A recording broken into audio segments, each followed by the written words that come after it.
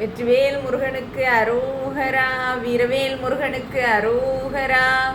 முருகாசரணம். திருப்புகழ் பஜனை குழு கொடைக்கானல் அடியார் பெருமக்கள் அனைவருடைய திருவடிகளையும் வணங்கிக் கொள்கின்றேன். நம்முடைய திருப்புகழ் பயிற்சி வகுப்பில் திருப்புகழ் பஜனை குழு கொடைக்கானல் அடியார்கள் நிறைய பேர் கலந்து கொண்டு இந்த ஓராண்டாக பயிற்சி பெற்று திருப்புகழிலே நன்கு தேர்ச்சி பெற்றிருக்கின்றீர்கள்.